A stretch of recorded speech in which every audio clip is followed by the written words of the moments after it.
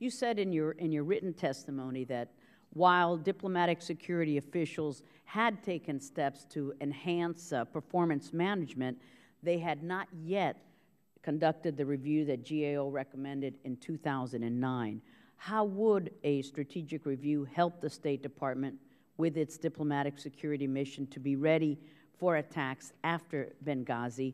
And one of the questions that I raised in my opening statement is how do you believe that the State Department should reevaluate the risk assessment process for other vulnerable U.S. sites overseas as a result of the Benghazi attack? Thank you. I guess I would start by saying as long as the Department continues to levy missions on the Bureau of Diplomatic Security— You could put the microphone just a little closer to you. So long as the Department continues to levy missions on the Bureau of Diplomatic Security without regard to how it fits into the overall departmental strategic planning and what the resource implications of those missions are, diplomatic security, because it's a support function, will salute smartly and attempt to fulfill the mission, whether they have the resources that are required or not. So we think it's critically important that the Department involve the Bureau of Diplomatic Security on a strategic level in their strategic planning to look at the missions that they're requiring, to rationalize those missions, to look at the resources that are required for those, and to make some honest and tough trade-offs about whether they can accomplish the mission within those resource constraints or whether they need to adjust the mission.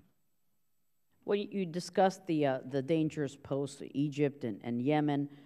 What are the critical components of any reassessment regarding attacks against Benghazi and all of those troubled spots on 9/11 and ensuing days and weeks?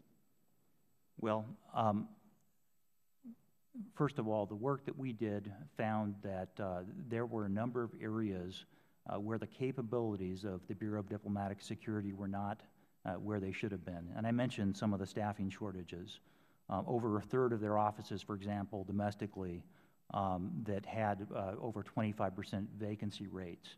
That means that work's not getting done in those offices in some cases, or it's not getting done as quickly as it should be done. It also means that training is not being achieved for the agents in those offices, which ultimately affects the readiness at overseas posts when those agents rotate overseas. I mentioned foreign language deficiencies.